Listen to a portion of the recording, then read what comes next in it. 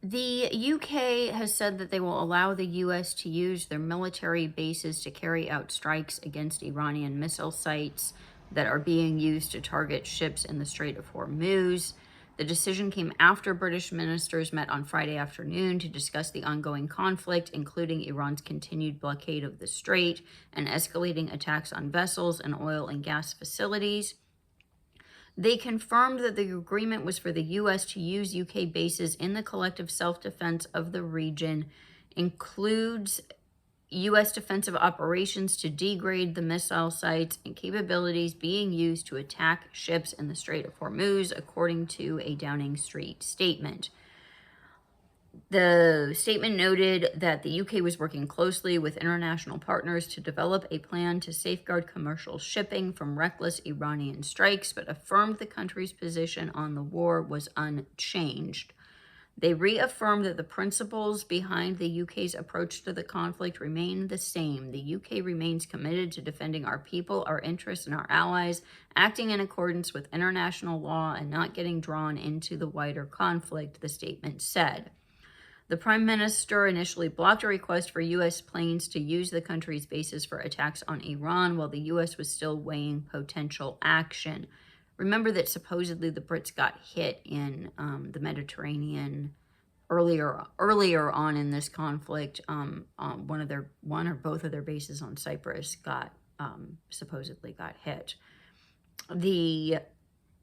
Shortly after Tehran launched its retaliatory campaign in response to joint U.S.-Israeli strikes, the Prime Minister reversed course and approved U.S. use of Diego Garcia on the Chagos Islands and RAF Fairford in the UK for parts of its military operation.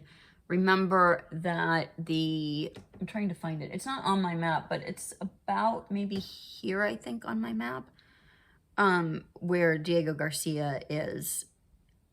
It's not actually on here, but anyway, I think it's somewhere in here.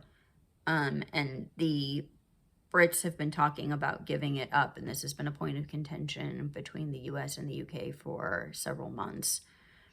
Friday's decision now expands the authorized use of British bases.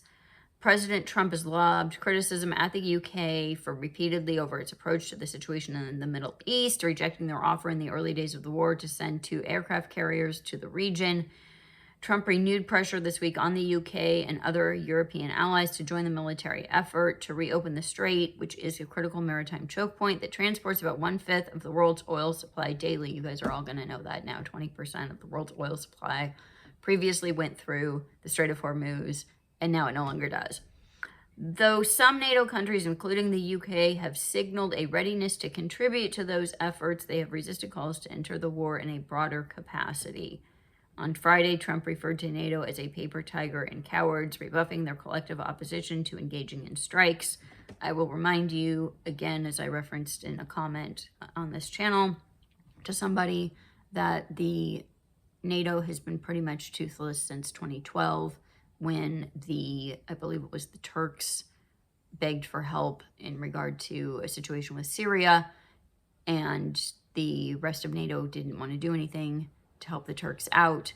And there have been another like 8, I think it's a total of 8 times. So the first time was in 2012 with Turkey.